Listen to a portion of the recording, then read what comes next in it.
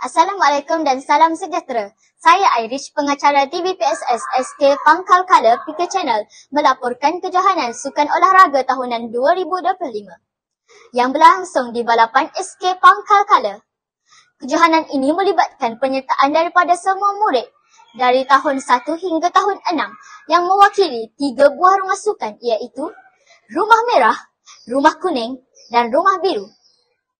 Majlis dimulakan dengan perbarisan masuk yang penuh semangat oleh setiap buah rumah sukan, diikuti dengan ucapan perasmian oleh Guru Besar SK Pangkal Kala, Encik Wan Nazri bin Wan Ismail. Jom kita saksikan. Untuk makluman hadirin sekalian, peracara atas hormat pada pagi ini diketuai oleh adik Fatia Budin bin Tajuddin dari kelas 6 dan 5.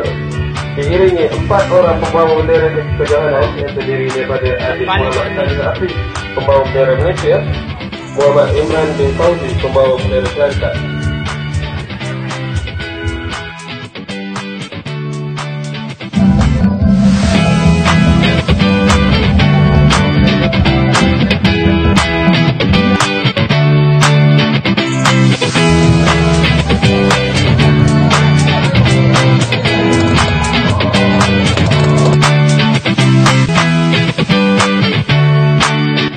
Acara pertama yang dipertandingkan ialah acara daripada pelajar-pelajar prasekolah.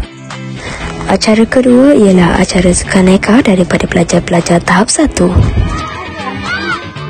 Seterusnya, acara 200 meter daripada pelajar-pelajar tahun 5. Kemudian, acara 4x100 meter dan 4x200 meter bagi pelajar tahun 5 dan tahun 6. Akhir sekali, acara yang ditunggu-tunggu ialah acara daripada guru dan ibu bapa.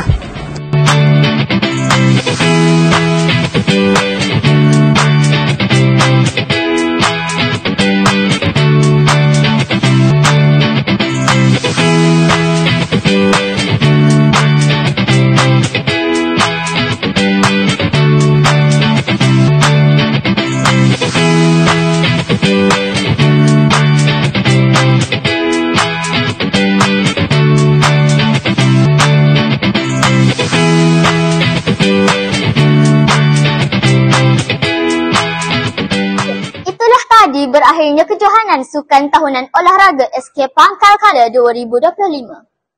Sepanjang kejohanan ini, kita telah menyaksikan semangat kesukanan yang tinggi, daya juang yang hebat, serta sokongan padu dari semua pihak.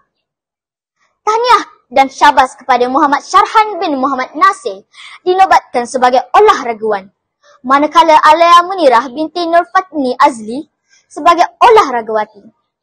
Juara rumah sukan ialah Rumah Biru, diikuti dengan Rumah Kuning dan ketiga Rumah Merah. Akhir kata, semoga segala pengalaman dan kenangan yang tercipta dalam kejohanan ini akan menjadi pemangkin untuk lebih berjaya dalam bidang sukan dan kehidupan seharian. Sekian laporan dari PK Channel SKPK.